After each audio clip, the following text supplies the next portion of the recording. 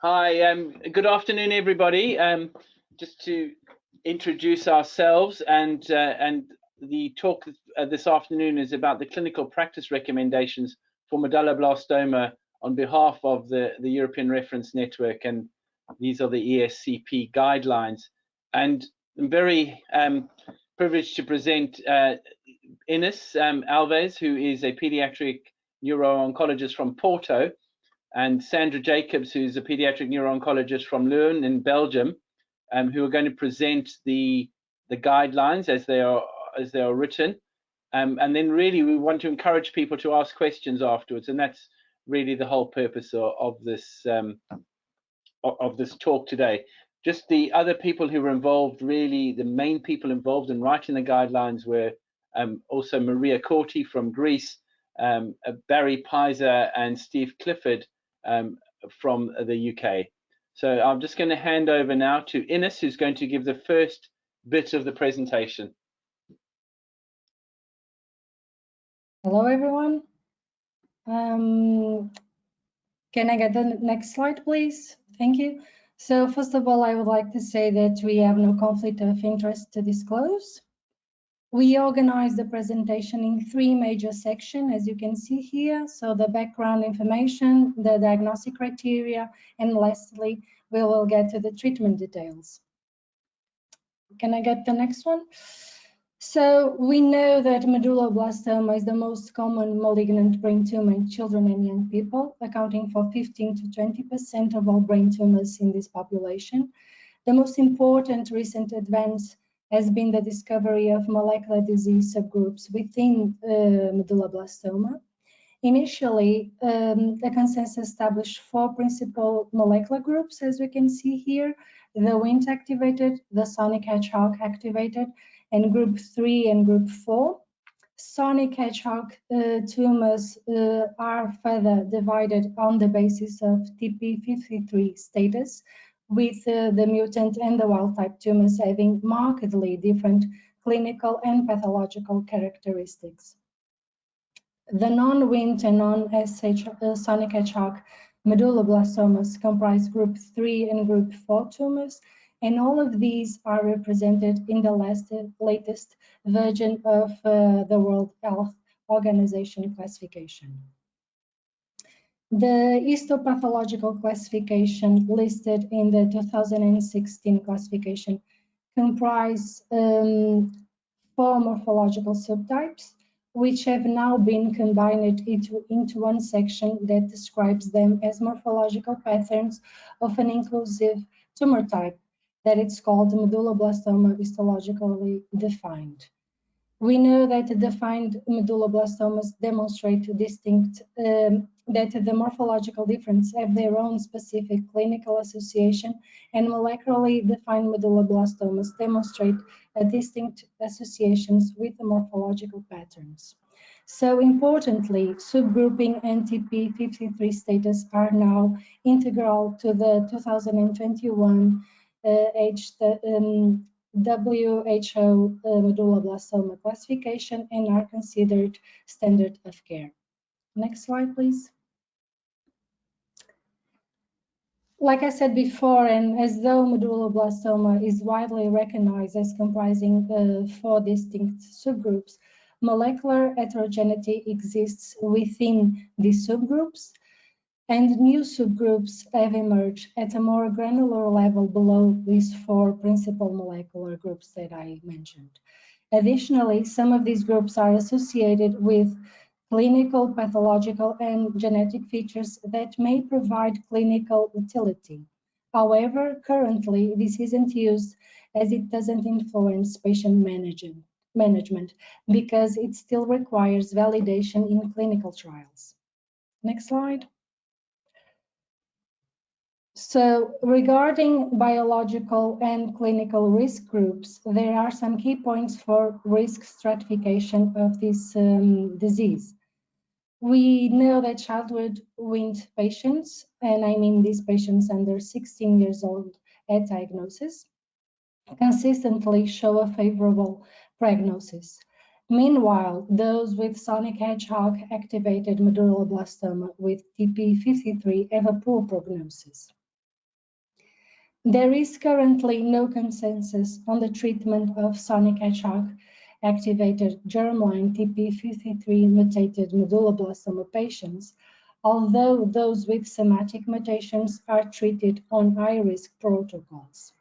The loss of P53 function is thought to confer resistance to chemotherapy, and an effective antitumoral treatment have yet to be established.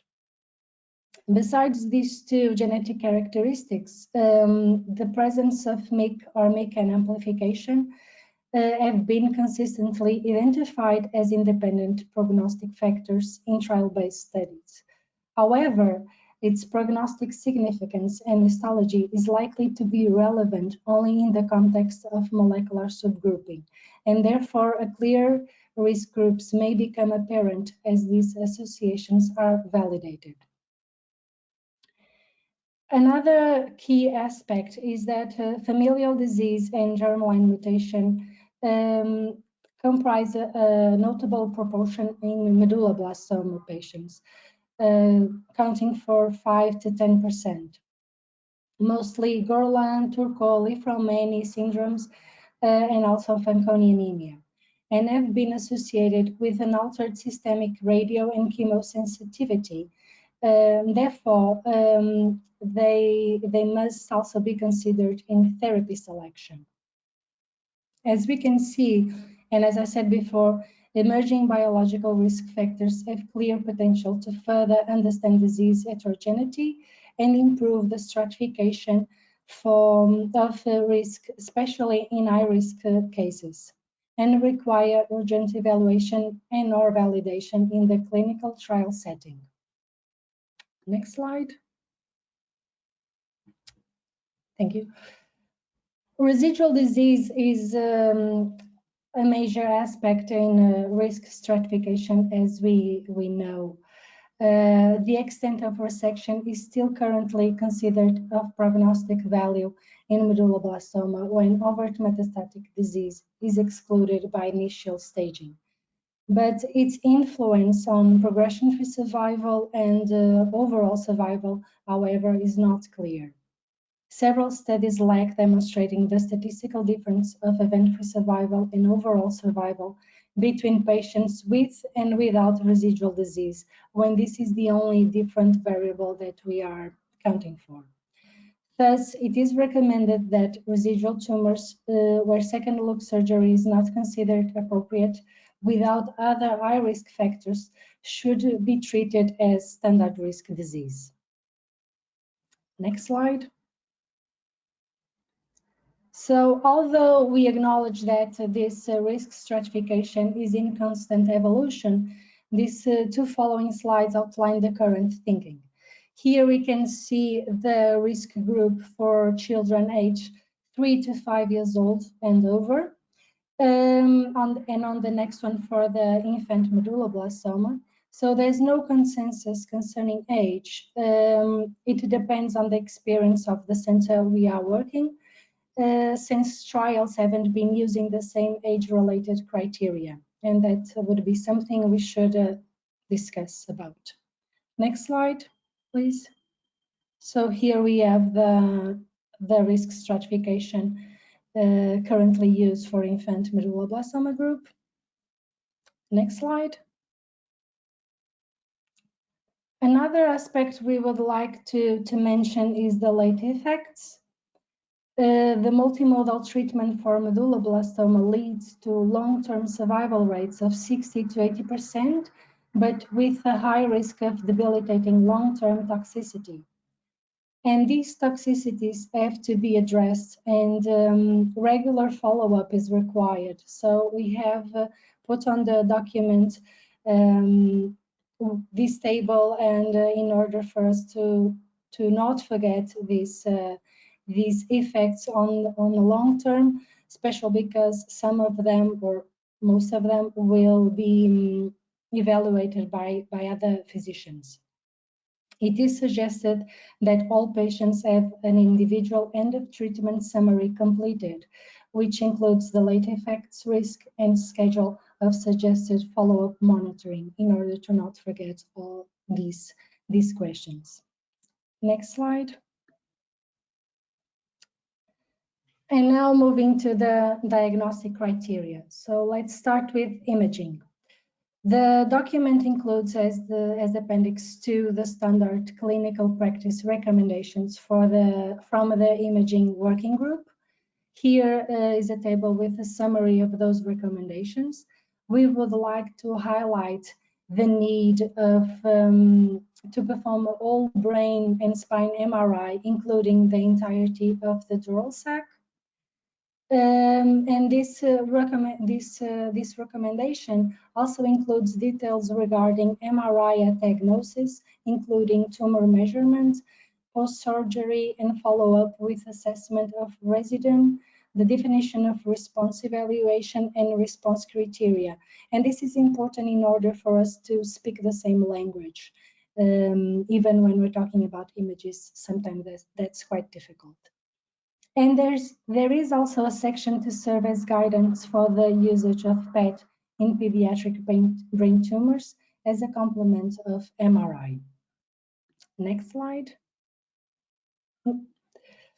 An important aspect relating to histopathology analysis and diagnosis is that it should be made by a pathologist with experience in pediatric brain tumors.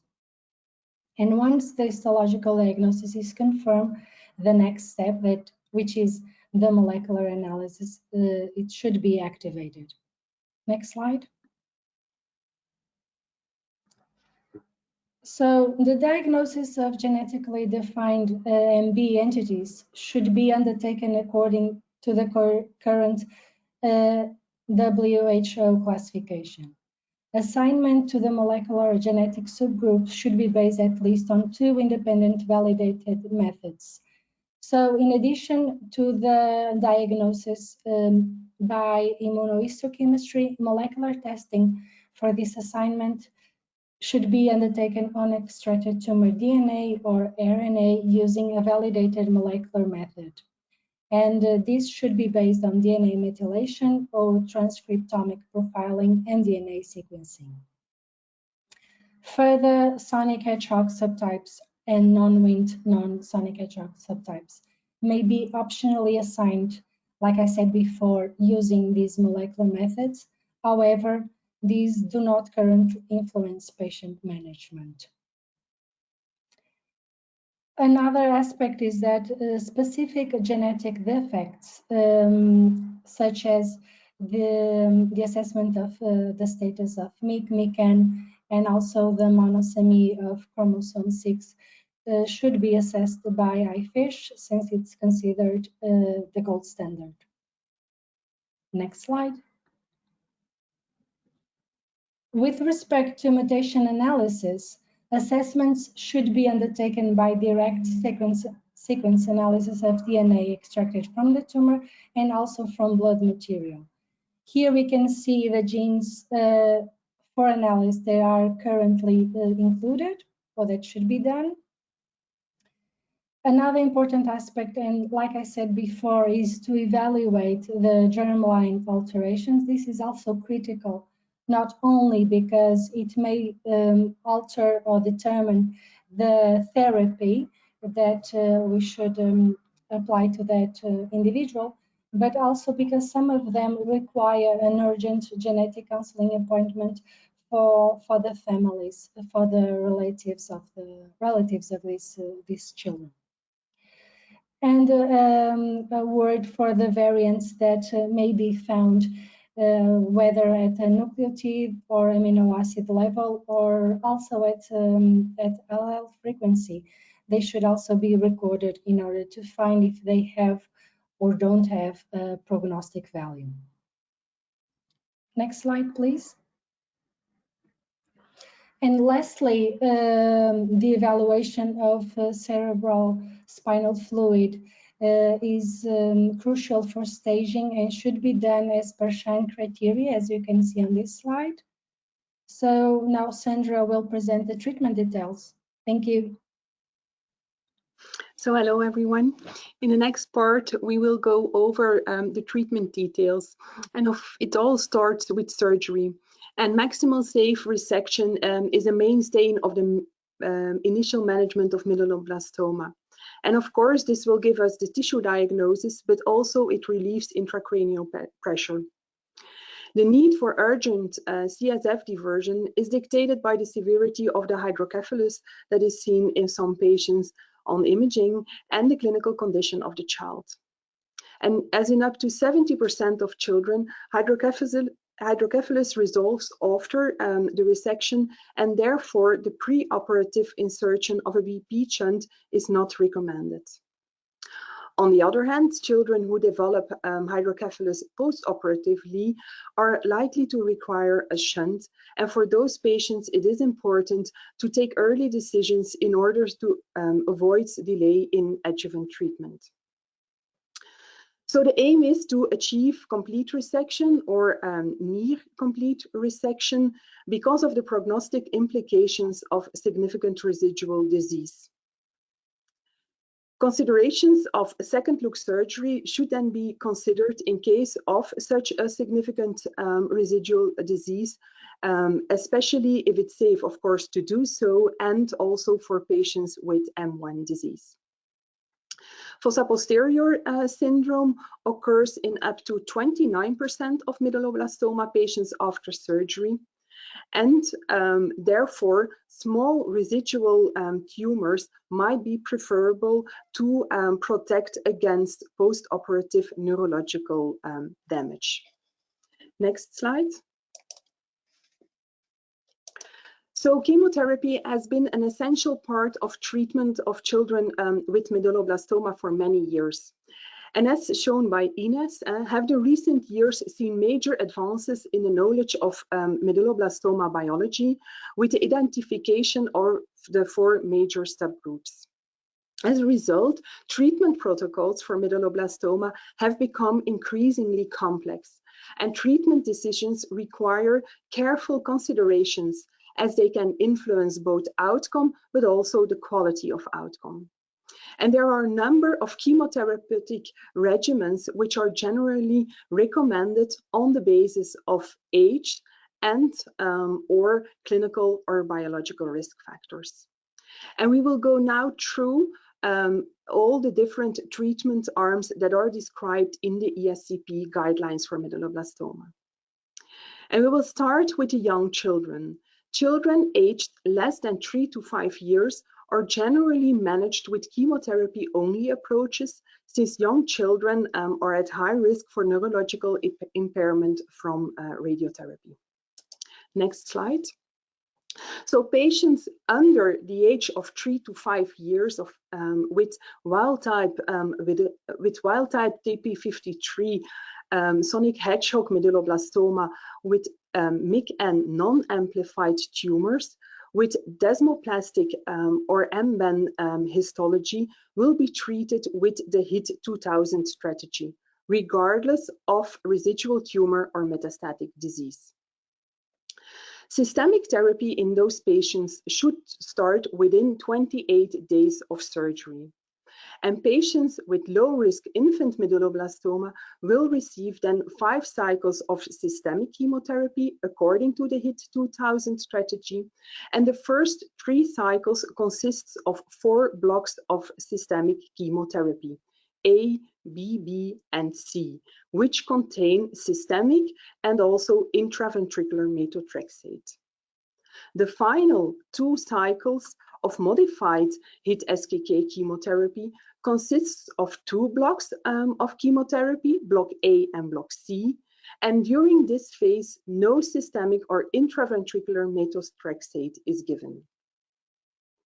Patients with residual tumor at the end of the 5th cycle of chemotherapy should also be re-evaluated for second look surgery. And it might be good to also discuss those patients with this embryonal tumor group. Next slide. So the intraventricular chemotherapy will be administered via an Ommaya or Wickham reservoir, as you can appreciate here on the picture. And CIOP does not support the routine use of intrathecal methotrexate administered by lumbar puncture. And also it's important that preventive measures are established to exclude the intraventricular application of any other drug other than methotrexate. Next slide. Patients under 3 to 5 years of age with non-sonic hedgehog or sonic hedgehog TP53 mutated or MIC-N amplified tumors with histologically non-desmoplastic or M-band tumors are treated as standard or high-risk medulloblastoma, regardless of residual tumor or metastatic status. And patients with standard or high-risk infant medulloblastoma will be treated according to the Head Start 2 regimen. These patients will receive 5 cycles of intensive induction chemotherapy, and also here the first cycle is recommended to start within 28 days after surgery.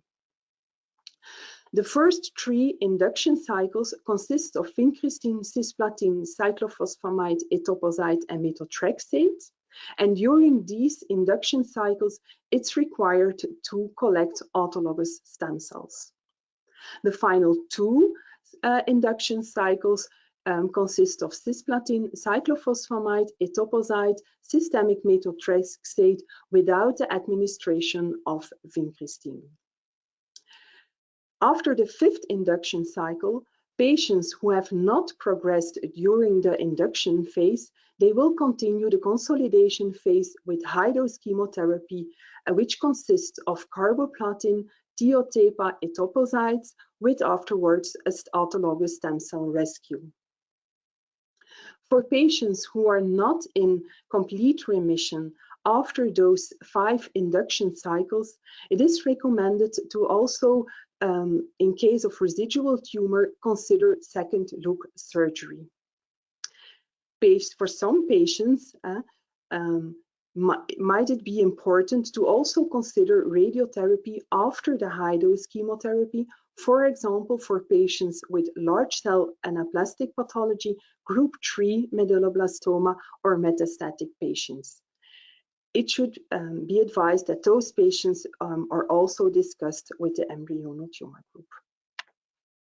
So autologous stem cell collection should be undertaken by an accredited stem cell transplantation program by an experienced pediatric team. G-CSF can be used subcutaneously to prime bone marrow for stem cell collection. And of course, depends the target of the amount of CD34 cells that needs to be collected, that this target depends on the protocol that is used. So next slide. Sorry, next slide. So we will now move, next slide. We will now move to the treatment of childhood medulloblastoma. Children over 3 to 5 years are generally treated with multimodal treatment and will receive craniospinal irradiation in combination with multi-agent chemotherapy. Low risk childhood medulloblastoma is defined as Wind medulloblastoma in children younger than 16 years old, with MIC and MIC-N non-amplified TP53 wild-type tumors with classic and nodular desmoplastic histology, without any significant residual tumor and no metastatic disease. Standard risk medulloblastoma is defined as non-Wind tumors with no high-risk biology. So with MIC and MIC-N non-amplified TP53 wild-type tumors, except for the group 4 MIC-N amplified tumors without any other high-risk feature. And also, so the TP53 wild-type tumors, I already mentioned them. So those with classic and nodular desmoplastic histology without significant residual tumor and without metastatic disease. Wind medulloblastoma patients that do not meet the criteria for low-risk disease are also treated as standard risk patients, unless Wind patients older than 16 years with metastatic disease. So children with low risk or standard risk medulloblastoma are treated with craniospinal irradiation. The aim for radiotherapy is to start within 28 days of surgery, and definitely no later than 40 days after surgery. The craniospinal dose for patients with low risk and standard risk medulloblastoma is 23.4 Gray with a boost to the tumor bed of 30.6 Gray. Radiotherapy will then be followed with 4 courses of maintenance treatment, which consists of 4 cycles of chemotherapy, alternating course B with vincristine cyclophosphamide and course A with vincristine, cisplatin, and lomustine. And as already mentioned, patients by Inês, patients with residual tumor without any other high-risk feature are also considered as standard risk medulloblastoma patients. And for those patients, it's important to consider second look surgery, and those patients can also be treated with 2 courses of carboplatin etoposide prior to the radiotherapy. Next slide. High-risk medulloblastoma is defined in older children as medulloblastoma with large cell anaplastic histology or any of the other currently defined histological subtypes with at least one of the following high-risk features. For example, metastatic disease, except for the WIND patients younger than 16 years old, significant residual tumor in combination with another biological risk factor, or patients with MYC or MYC-N amplified tumors, except the MYC-N amplified group 4, patients without any other high-risk factor, and patients with somatic TP53 mutations.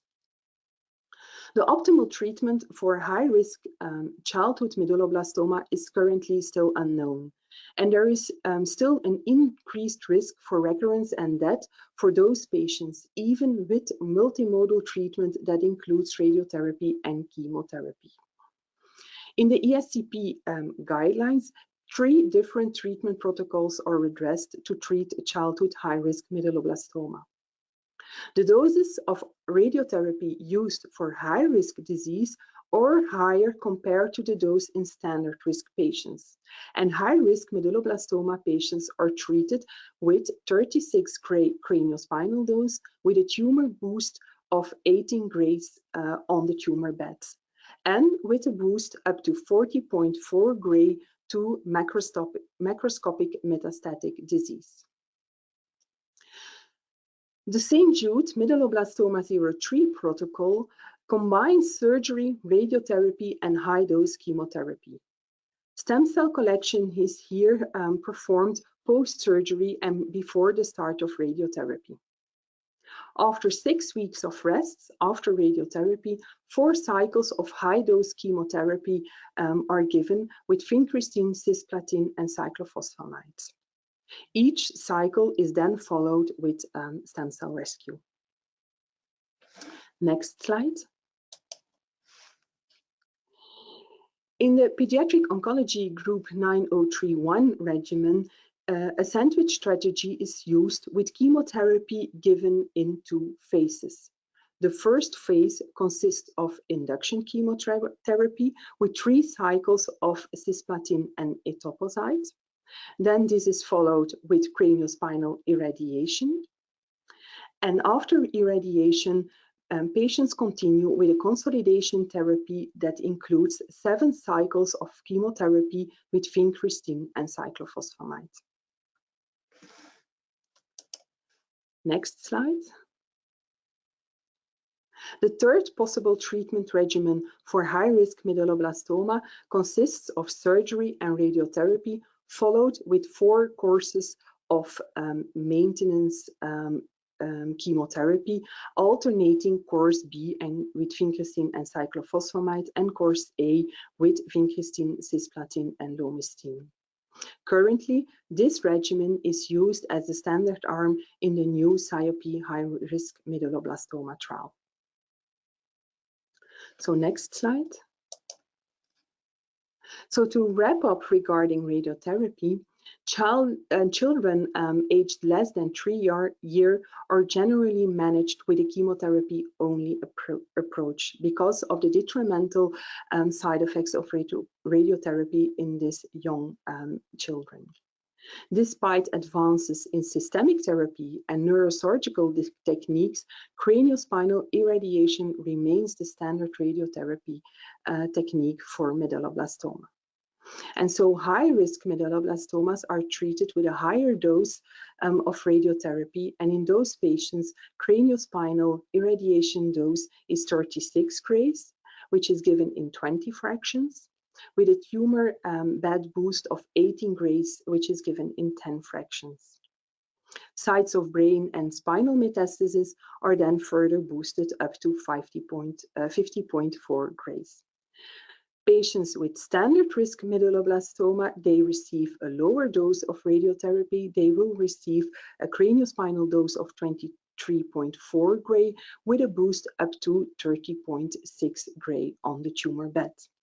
And currently, clinical trials are performed to evaluate whether a lower dose of radiotherapy can be given in selected low-risk patients.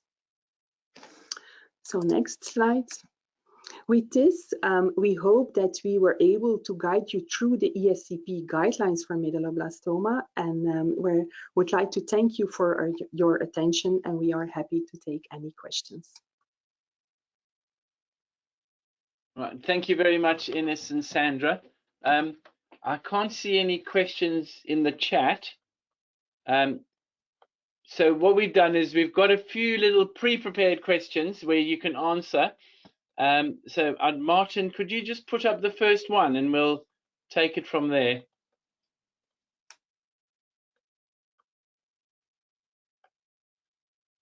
So if you could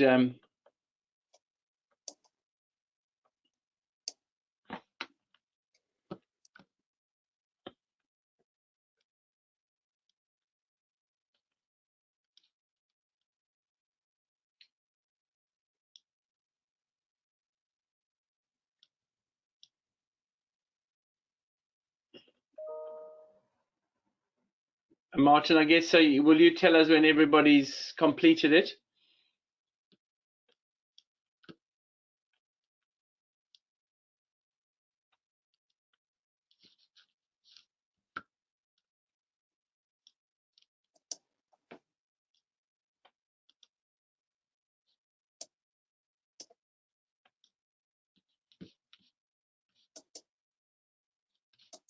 Okay, great. Right, so 30, 80, most people do 3, 4, and 5 years. So the cutoff, I think the biological cutoff for the sonic hedgehog tumors is about 4 years. So in other words, children under the age of 4 are more likely to be infant sonic hedgehog tumors, and those that are over 4 are more likely to be the older children's sonic hedgehog tumors. So I think it may vary in countries also between the classic or the large cell anaplastic and the infant sonic hedgehog tumors. But that's just something that the reason for 3 to 5 is that different countries do different things. So I don't know if Sandra or Inês, you want to comment?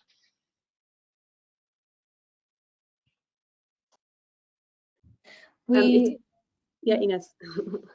Yeah, in Porto, we take also into account the sonic, the molecular diagnosis and also some the histology, but usually we use between 3 and 4, so it's in the middle of it. And I think sometimes as well, and Sandra, do you want to comment? Yeah. Yeah, it's a little bit the same. Yeah, in Belgium, we generally take 5 years as the age limit, but on the other hand, it also depends. But for example, for large cell anaplastic disease, we will lower the age, and also for the sonic hedgehog tumors, we will keep the cutoff at 4 years. So it depends on the biology, and this just reflects how complex biology have made the field of medulloblastoma treatment. Yeah. Exactly, and I think the other important thing is it's also the family and the child's clinical state need to be taken into account as well, and that's not always such a straightforward decision. So I think there are a whole host of things when you're determining the age as to what is the best for that particular child at that particular time. Right, I still can't see any questions. So, Martin, how about question number 2?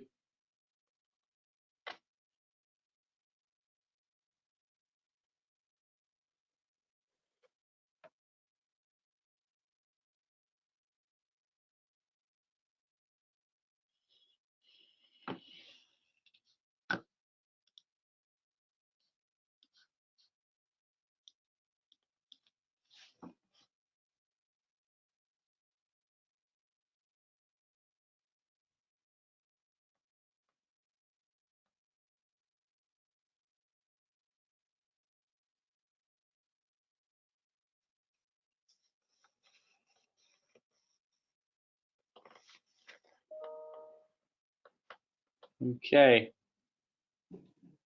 So most people are doing specific genetic defects, which is good. So I think the question is not to feel substandard if you don't have every single test done. I think you have to make do with what you've got, and really the things that at the moment stratify are MEC and P53 are the two particular things that will push you up. Now, it may be in the future that different things will do that. For example, in the new upcoming trial for standard risk medulloblastoma, which has just been discussed at the moment, it will probably be whole chromosomal aberration, which may push you into the various subgroups. So, and of course, people will also want to know about the groups numbers, the group 3s and 4s, which are now from 1 to 8. They at the moment do not make a difference to how you treat somebody, a child. But I think it's good that most of you do biology, but remember you can make do with lots. You can even use YAP stains, and P53 and MIC can have very good stratification. And of course, WNTs. I think probably the other point about genetics is that the WNT tumors at the moment, despite a number of groups having used reduced dose radiotherapy, we haven't got the final results out yet, and they should be treated as standard risk patients. That's the recommendation at the minute. Sandra, Inês, do you want to add anything to that?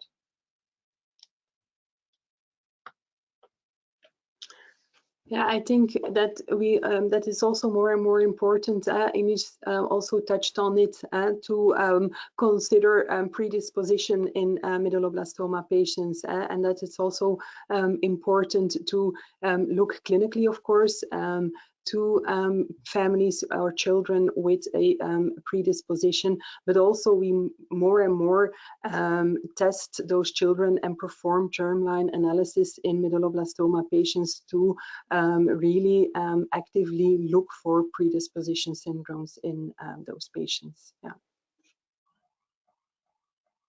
Yes, and I just wanted to say that besides that, sometimes we need to know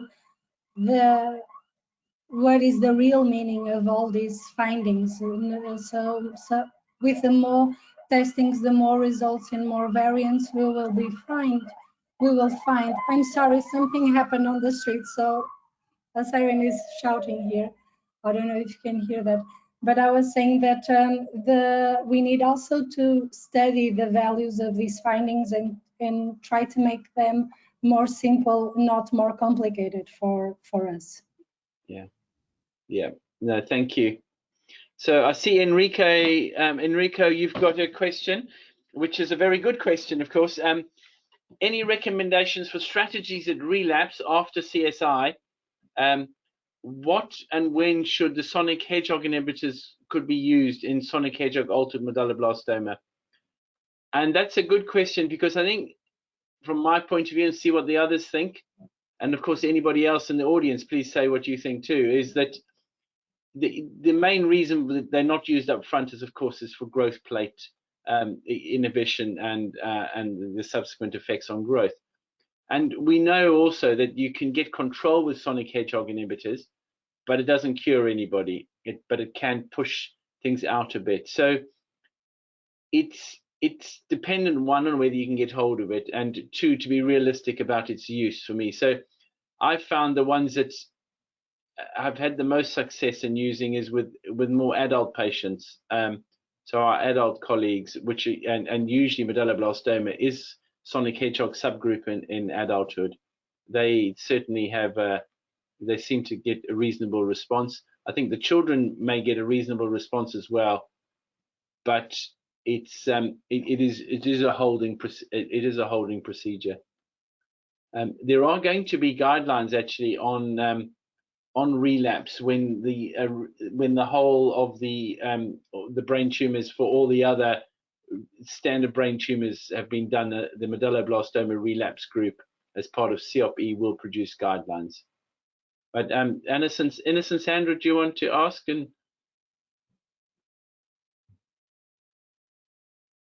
you want to answer anything, add anything? I think you perfectly answered the question, Simon. Enrico, do you want to talk and say anything else about that? Can you hear me? Yes, brilliant, Enrico. Thank you. Yeah, no, I mean, I think you properly answer. I think there is still, we are still fascinated about the mechanism, about the sonic hedgehog inhibitors and the early phase trial, and then disappointed to discover these side effects that we cannot use it anymore for most of our patients. And as you say, probably the young adults population are those who might be more eligible. And I was interested to know a little bit more how much evidence in the real world there is about this use. I know in adult patients they are using this more and more often, but I'm still not sure about in the in-between population, the young adolescent, let's say. Yeah, and I've used, I have used it occasionally, but it's as long as we're realistic about it. I think the upfront trials, which were the St. Jude trial, had it up front for their sonic hedgehogs, but I think in adults as well, the EORTC trial was also trialing the use of sonic hedgehog inhibitors in adults up front. Yeah, I know it's nearly recommended as first line now for adults. Yeah. And I think, well, relapse strategy is always challenging for everyone, I suppose, and there is no magic bullet. No, sadly not, actually. And I mean, should ask more to the radiotherapies, but is there any role for ray radiation for this patient at some points? Yeah, I don't know if there's any radiotherapists on the line, but my understanding about that is if you've got isolated disease, then and you can resect it, then actually it does buy a decent amount of time often, and you can do local focal reirradiation. And the other group, of course, that's very open to discussion is that those children with wind tumors, and one of the drivers behind getting reduced dose radiotherapy is not only the fact that they have less cognitive long-term effects, but actually, should they be unfortunate and relapse, you can actually reirradiate somebody who's only had 15 gray or even 18 gray. You could give them more. You could even repeat the CSI. So I think for those lower ones, much more so. But I think focal radiotherapy does have a role in certain specified cases. And of course, the most important group is those infants that are radio naive. I mean, they would get radiation at relapse often. But I think there's obviously all of the MEMAT data, which suggests that you can push out the time to from relapse to death. But we got to remember too that those with group 4 disease often have a very prolonged course to not only relapse but also from relapse to actual demise. It's much longer generally than the other groups. And we've started, certainly in our institution, we have started scanning those children with group 4 disease up to 10 years instead of the 5 years for the others. Mm-hmm. Mm-hmm.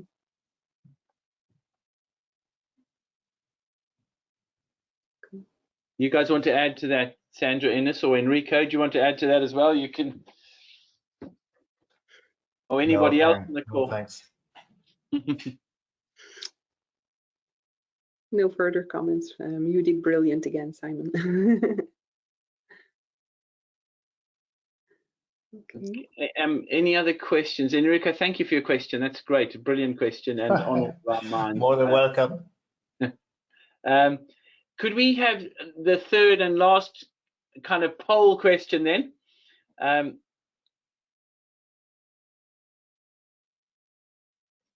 So are patients with other risk factors, with no other risk factors for high-risk disease, except residual disease alone greater than 1.5 square centimeters, being treated as standard risk?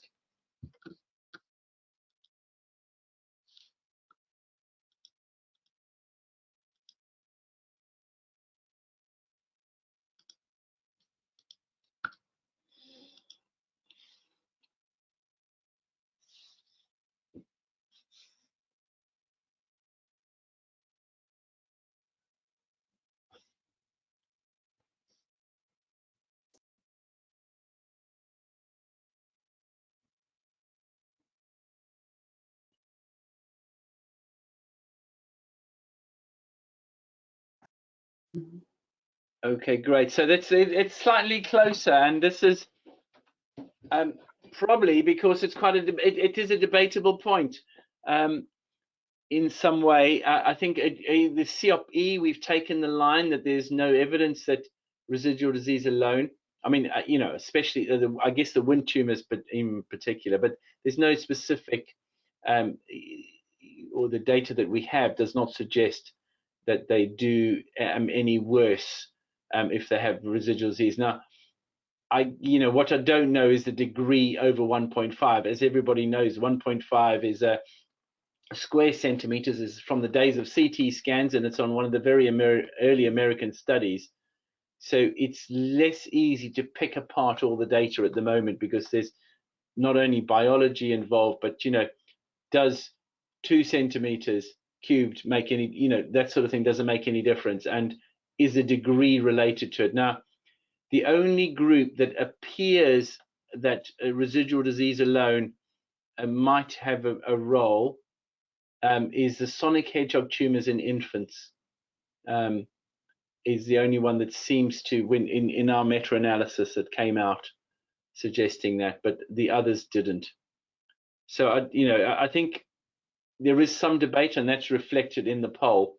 But COP Europe has taken the view that, and certainly they're excluded from the high-risk trial in COP Europe. And I personally, I don't think we or any of us see this very often, to be honest, because often people go back in again. Mm-hmm. So I think it is relatively uncommon. But we thought it was a good point, the three of us, to highlight that particular issue. Inês, Sandra? Yeah, probably because it also has been evaluated in former studies where it came out as a prognostic unfavorable factor, but now was also mainly before all the biology came up. So probably now biology and risk stratification based on biology is probably more important than on this residual tumor. That's also led to the consensus in the COP to not longer keep those patients or treat those patients as high-risk patients. Yeah. Any other questions or comments?